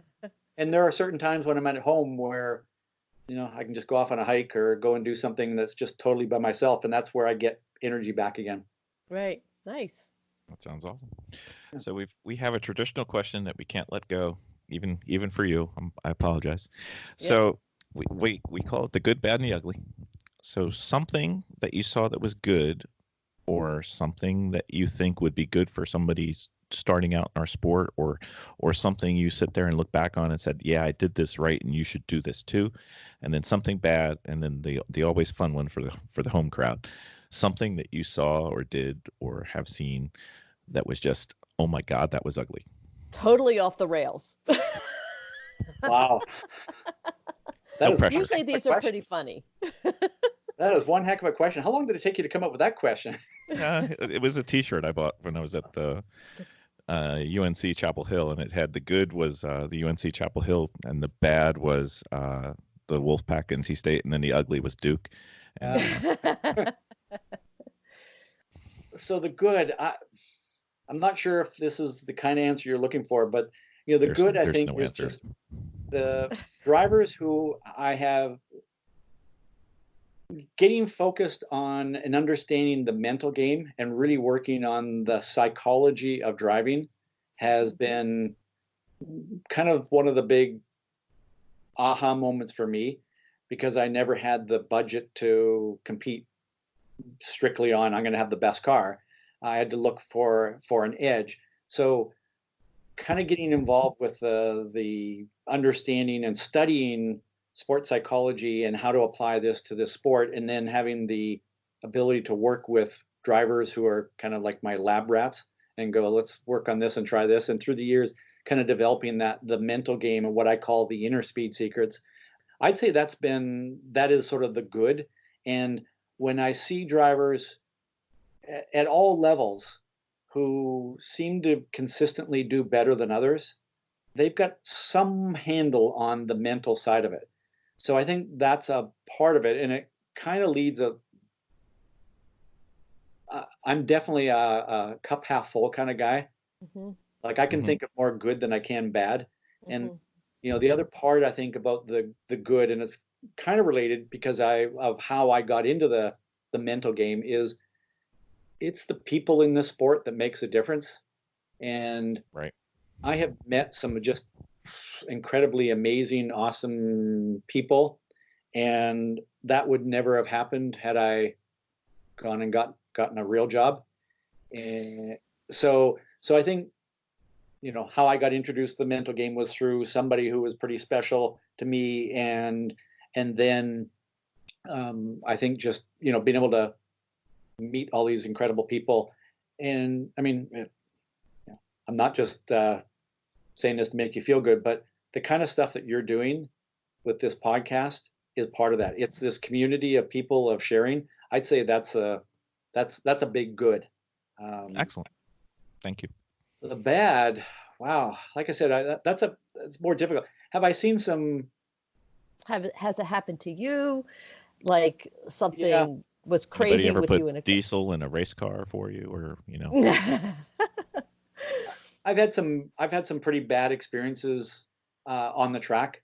An IndyCar fire and third-degree burns at the speedway ranked up there with some bad stuff. But I'm going to say the worst thing, and I'm not going to go into any details on this, no matter what you do. I've got a Lotus and a McLaren with your name on it. I've had an experience or two with people in the sport where I say, this is an extreme sport, the most extreme, nice, good people.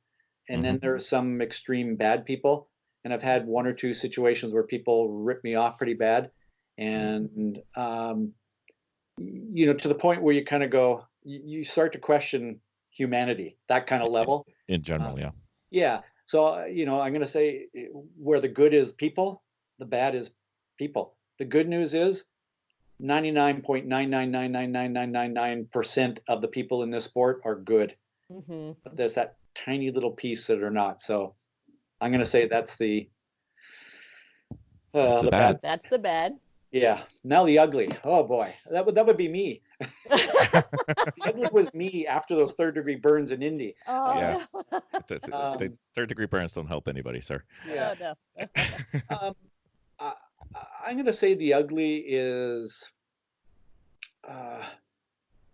people putting their focus, their emphasis in the wrong areas and wasting money and time.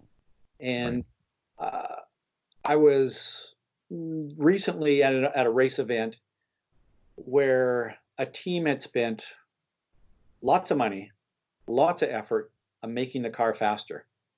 And and then they just like self-imploded with the basics. Just be there on time, make sure there's gas in the tank, like some real basic stuff.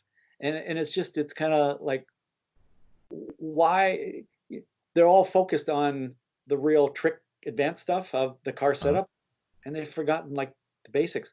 Show up on time, put gas in the tank. So, and there's many examples of that kind of ugly kind of stuff. Sure. Yeah. Okay. A car can have all the carbon it wants. If it doesn't have any gas in it, it's still not going to go very fast. Yeah. But you know what? Part of that is part of the organization learning curve. I think we've actually had all those hiccups when you just don't have your team properly set up because they're inexperienced in the whole setup. But if they're experienced, there's no excuse for it. Right. And what's interesting is how many people get into the sport who, if you look at their professional life, their career, they're incredibly organized and they understand, how to get people to do things. And they come into the sport and it's almost like they're like, forget all that. I'm just going to be I don't know what it is. I don't have time to slow down for that stuff. Yeah. So, I think that's I think we've had that ugly once or twice. And there's some ugly that I've seen where, the ugly is especially not focused on some basic safety kind of stuff. I see people that will build a car and again, they're trying to make it fast when they've forgotten that basic stuff like the way the safety harnesses, seatbelts are installed, or those kinds of things. The roll cage is stuck together with bubble gum. Like it's. But I saved 3 ounces, Ross. Isn't that going to make the difference? Yeah, there you go. Yeah. So I'd say some of the ugly is a lack of focus on safety as well. So True. Okay.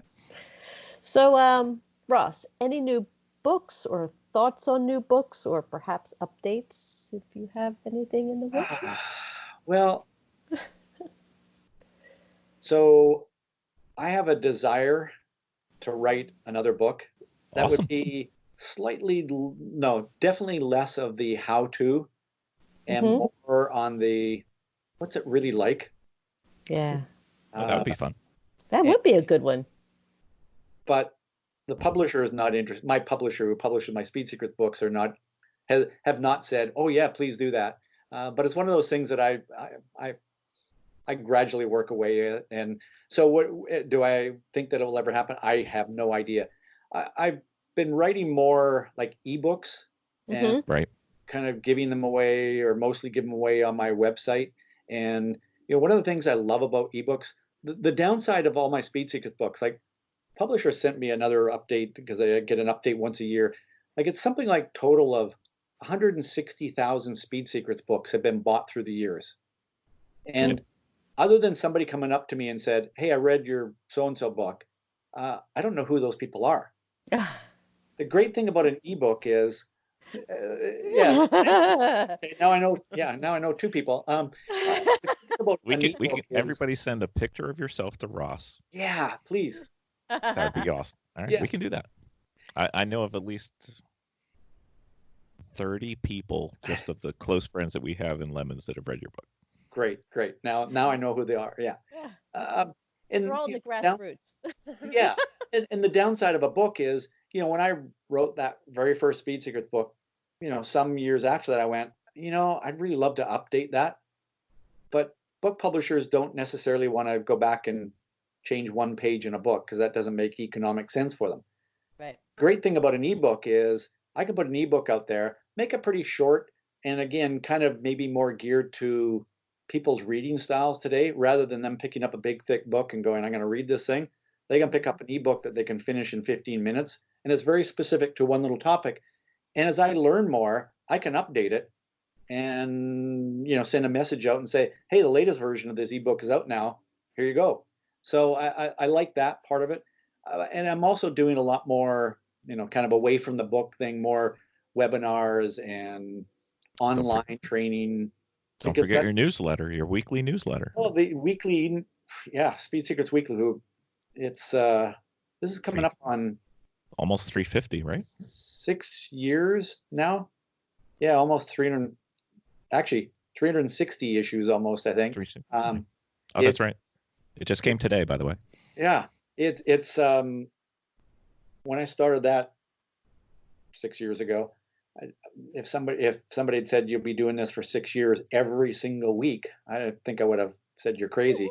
But it's a blast because I bump into somebody at the track and they go, "Yeah, I really love that one article about so and so," and I'm like, when did that go out? Like, well, that was a month ago or 6 months ago or whatever. So it's kind of cool because it's it's fresh stuff all the time.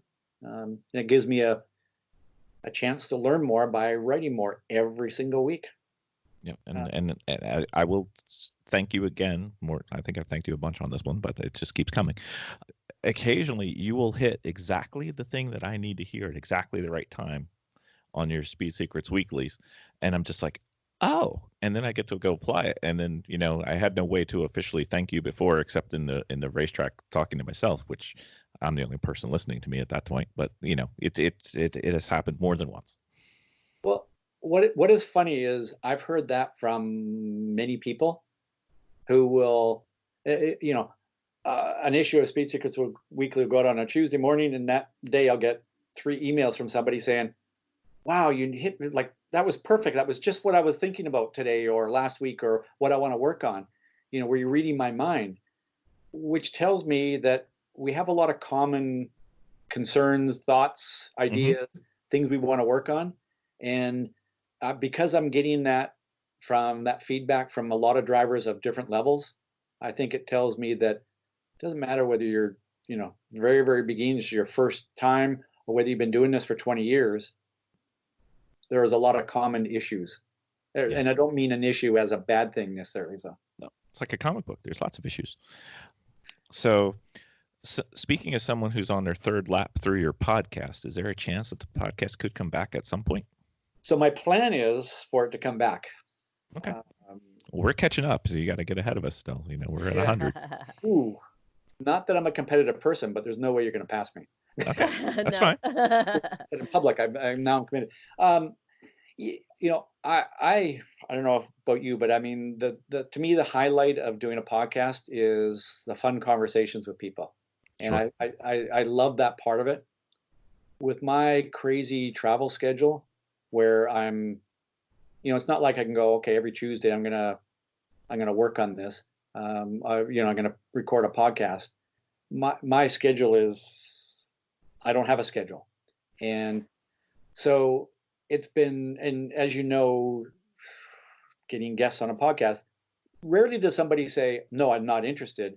But when they do, then you're like, now you got to schedule it. And how about Wednesday at 4? Well, no, I can't do Wednesday at 4. Could you do Thursday? No, I can't do Thursday. Could you do Friday? No. And then, so it's all of that side of it and the back end side of it that, right. I guess if I was rich and famous, I'd have somebody to look after all that stuff for me. But so once we get that Lotus and the McLaren for you, then we'll see the podcast come back. All right, very good. Yeah. All right. Yeah. But I'm hoping to do it again because to me, the most, like I said, just it was so much fun talking to people about driving, and I was surprised at how much I learned from people that I didn't expect to learn that much from. I expect to learn something from everybody. Right. But there were some people I was like, this is gonna be a really entertaining, fun conversation, and it turned into something I was like, wow, I didn't even think I was going to get that out of it. So, yeah, different approach to the same topic could give you just that one little nugget that you never thought of. Yeah. So, speaking as a starving podcast subscriber, even if you did little, like, let's call them Speed Secret weekly podcasts, where it's just like a little 5-minute podcast, everybody would be very happy about those. Just a thought. That's an interesting one. You could call it Blurp of the Week. Ooh. Will I have to pay you royalties for coming up? You have to match all of our earnings in racing. So, all right. Now that you're done with that, we're losing money. We're so losing money. Yeah. That's a good idea. I have some ideas for the podcast. I just need to find a little gap in my schedule to get some coordination and scheduling done in the very beginning, and then I think I can get something going again. So they are fun. They are. They're tremendous, and even though, like I said, I'm on my third lap through, some of the ones I listened to the first, even the second time, they hit me at the right time the third time. Right. And your podcast there's very little that doesn't apply going forward almost indefinitely, so you can always listen to them. Yeah. Well, hopefully I'll get back to it. All right, that would be awesome. I've said that in public, I guess. So yeah. That's okay. Our family won't know. Stop it. So when is your next race? We have our first, what we would call like a training HPD event. We have one in the end of March up at Lime Rock. We're going to the skid pad in the winter driving, although it's 70 degrees outside, so I don't know how much winter we're going to get. And then our first race of the season, we had one in January at Laguna Seca, but our first race local to us will be at Pittsburgh pit race in April, end of April. Did you do that? Was that a Lucky Dog at Lucky Dog? Yeah. Yeah. Cool. So we're trying. We usually do one away race. So. Had you been to Laguna before? No. Incredible place, isn't it? It is. It was awesome. Yeah. And it was nice because at this point only 3 went, because normally, and we've mentioned on this podcast before, is that sometimes we hustle teenagers, or they're older teens, young adults, and that's a whole other herding cats at the same time. Uh-huh. So, but sometimes on our away races there might only be 3 of us, and that runs a really tight unit, because sometimes we could pick up a 4th in the seat, but it's a lot more organized and a lot more pulled together.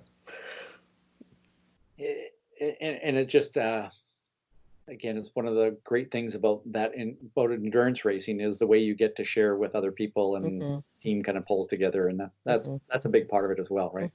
Yeah. I think the other thing that makes it seem a little more focused, Vicky, is that usually our travel races we only do one car. Yes. And some of our more local races we do multiple cars, and if one car is X degree of difficulty, two cars is like 4X, and three cars is like 20X. So. Yeah. So that's part of our fun. Yep.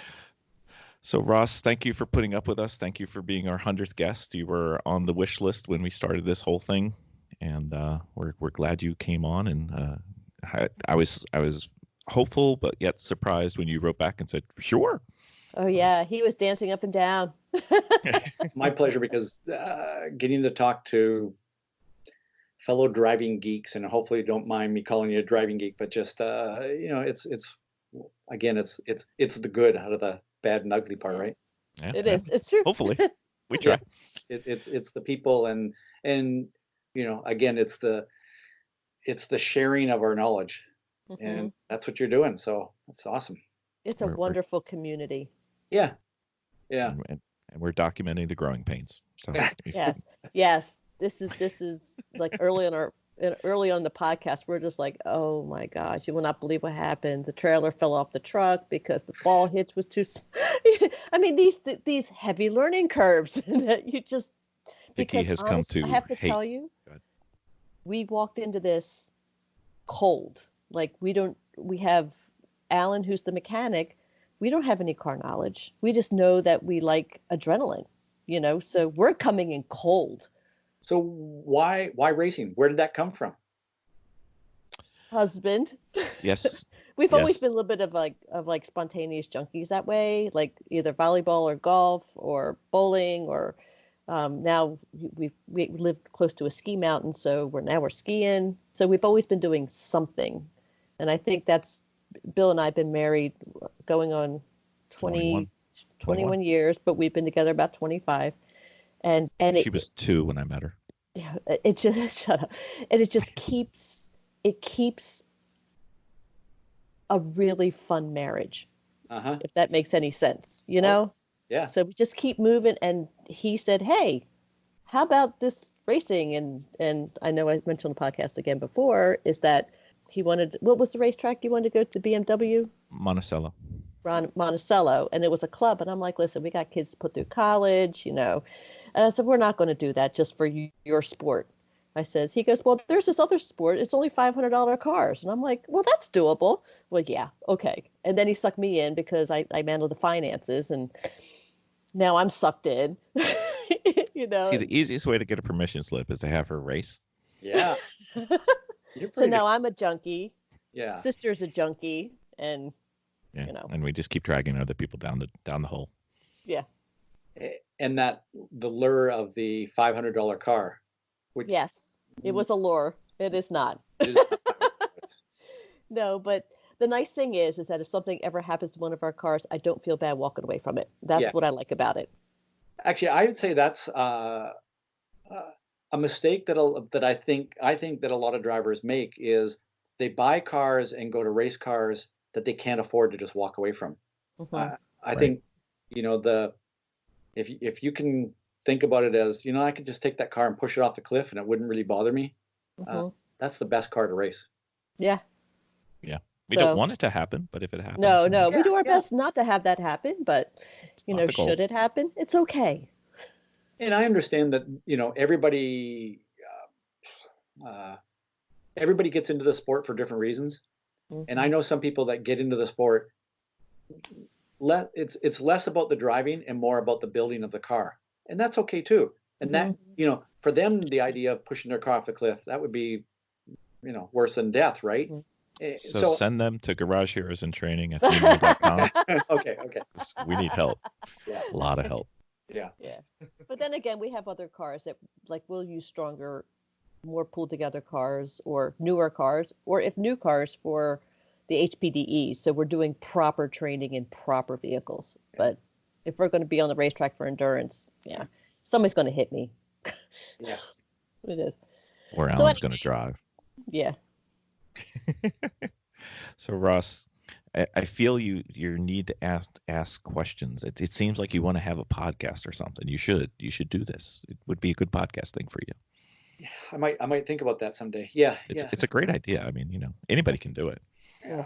No, I'm just I'm a curious person. Sure. I love understanding why people do things, and it's part of the coaching thing, I think. So yeah, absolutely. Sorry about asking all these questions. Oh no, it's fine. It's fine. How many questions have I asked?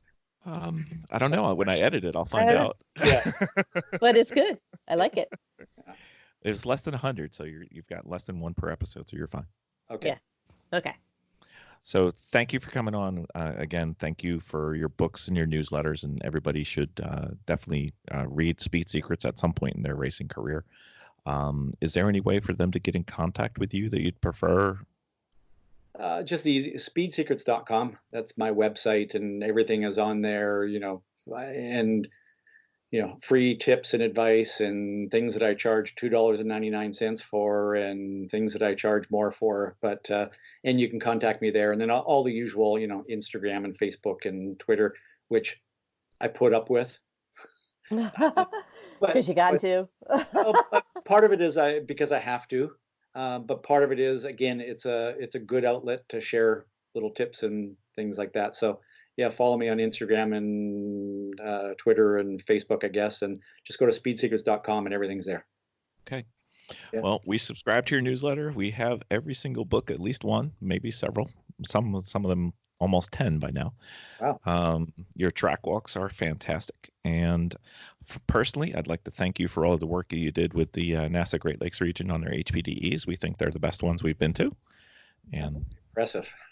Yes. And that's it. And the one thing that we always see is your enthusiasm for the sport, how much you enjoy teaching, and the obvious interest you have in the area. It's evident in just about everything we've ever seen from you. And speaking as one person for the many that I know, we'd like to thank you for all of that. Thank you.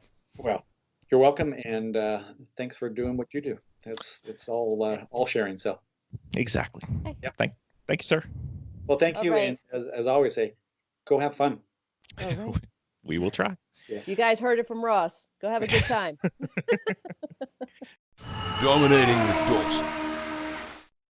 All right, Ben, we're trying to make this easy for people coming in, and with our sport, with it comes several different types of jargon. So we're going to have a jargon section every now and then. A lot of people, when they drive their normal car around the highways and around town, the car basically stays in a position where it's essentially driving on rails.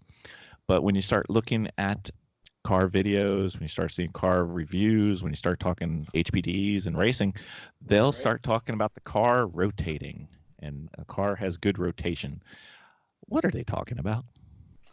Well, they're talking about making the car change direction. So if you're headed down the straightaway on the track, we mean the next turn is a right-hand turn. That means you're going to have to rotate the car. You're going to have to pitch the car to the right. So there's a few different ways to do that. If you're on the road, typically you're sitting at a stoplight and you need to rotate through a left turn. You're just going to let off the brake and let your automatic start rolling your car through the turn and give it a little gas. What we're talking about is coming down from 120 miles an hour, getting down to 50 miles an hour and slinging our way through a turn and hopefully coming out about 70 miles an hour. Right. You know what I mean? Yep. So totally different things than driving the road. So what we had to do is you're headed toward a turn on track, and ideally you don't want to turn the wheel at all. You want to keep the wheel straight and just keep going the same speed you're going, but you're going to have to compensate and make a turn. So it means you're going to have to transfer the weight from the back to the front on the front brakes as you turn in. You're going to have to turn the wheel in concert as you come off the throttle and you're on the brakes. So you're going to do all these things at one time to rotate the car into the corner, and different shape corners are going to demand different approaches for this. So that's basically what we're talking about, is just turning the car. And some cars do it great. Some cars have a tougher time. Does rotation imply that some of the wheels are slipping, or is that different?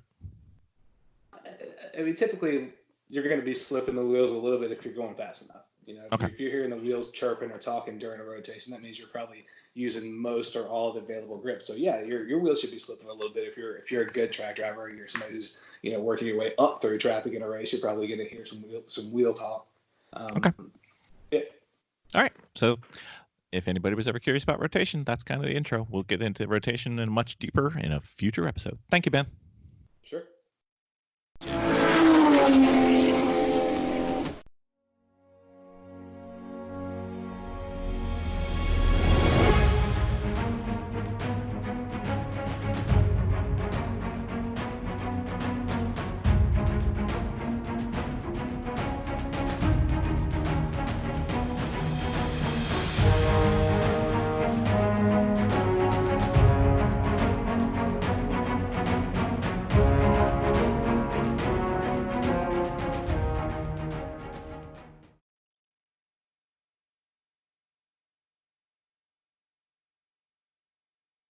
Wait a minute. I There, that's a lot recognize better, isn't it? you. I recognize you.